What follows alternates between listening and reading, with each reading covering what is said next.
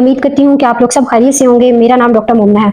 आज की इस वीडियो में हम एक बहुत ही इंपॉर्टेंट टॉपिक पे बात करेंगे, जिसके बारे में अक्सर पेशेंट आके क्लिनिक में क्वेश्चन करते हैं कि वो कौन सा प्रेगनेंसी में ऐसा टाइम होता है जिसमें उनके लिए बेड रेस्ट करना जरूरी होता है, या कौन सी ऐसी वजूहत होती हैं जिसमें हमल के दौरान बेड रेस्ट करना बहुत ज्यादा जरूरी होता है। और अगर आप बेड रेस्ट नहीं करेंगी तो उस टाइम पे हमल जाया होने यानी एबॉर्शन होने की जो इम्कानात होते हैं वो बढ़ जाते हैं। अक्सर ये लोग सवाल करते हैं कितना बेड रेस्ट करना है, कितने स्टेप वॉक करनी है, कितना चलना चाहिए और कितना नहीं। ये सारे क्वेश्चन आके वो बार बार पूछते हैं और आज की इस वीडियो में मैं उनके इन सवालों के जवाब दूंगी।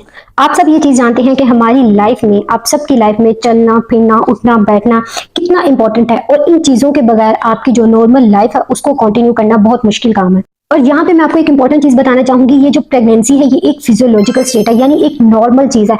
इस टाइम पे आपको किसी भी किस्म के स्ट्रिक्ट बेड रेस्ट की जरूरत नहीं होती अनटिल अनलेस कि अगर आपको प्रेगनेंसी के दौरान किसी किस्म की कोई कॉम्प्लिकेशन हो गई है जिसकी वजह से आपको आपके डॉक्टर ने बेड रेस्ट एडवाइस किया है।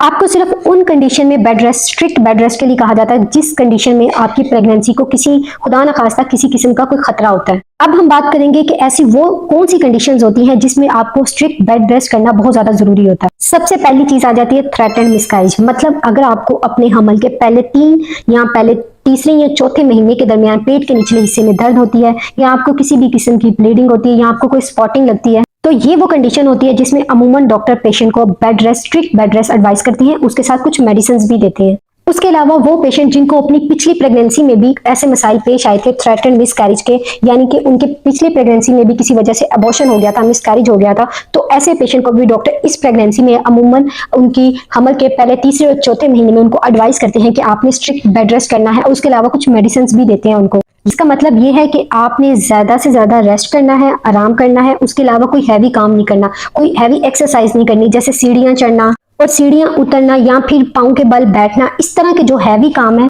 वो नहीं करना। उसके अलावा आप अपने घर के जो रूटीन काम है, जिस तरह घर में एक रूम से उठ के दूसरे रूम में चले जाना, या अपने घर के इर्द गिर्द वॉक कर लेना, हल्का सा चक्कर लगा लेना, ये वाला काम आप कर सकते हैं। उसके अलावा दूसरी कंडीशन जिसमें पेशेंट को स्ट्रिक्ट बेड रेस्ट एडवाइस की जाती है वो है प्रीटर्म लेबर, यानी उनकी पिछली किसी प्रेगनेंसी में वक्त से पहले दर्दें लग गई हो और इस प्रेगनेंसी में भी इस चीज का खतरा हो कि आपको प्रीटर्म लेबर हो सकती है, वक्त से पहले दर्दें लग सकती हैं, तो ऐसे पेशेंट को भी स्ट्रिक्ट बेड रेस्ट एडवाइस की जाती है। और ऐसे पेशेंट को डॉक्टर सर्वाइकल स्टिच भी लगाते हैं और उसके बाद पेशेंट को एडवाइस किया जाता है कि आपने कोई ज्यादा भारी काम नहीं करना। उसके अलावा स्टिच लगने के बाद अगर आपको किसी किस्म की भी कोई कॉम्प्लिकेशन होती है, कोई वजाइनल इन्फेक्शन होता है, वजाइनल डिस्चार्ज होता है, या कोई ब्लीडिंग होती है, तो आपने फौरन आके अपने डॉक्टर से जरूर कंसल्ट करना है। प्लेसेंटा प्रीविया यानी ओवल का बच्चेदानी के मुंह के आगे होना, ये वो कंडीशन होती है जिसमें पेशेंट को स्ट्रिक्ट बेड रेस्ट के लिए कहा जाता है। ये वो कंडीशन होती है जिसमें आपने कोई हैवी काम नहीं करना, अपने आप को ज्यादा से ज्यादा आराम देना है।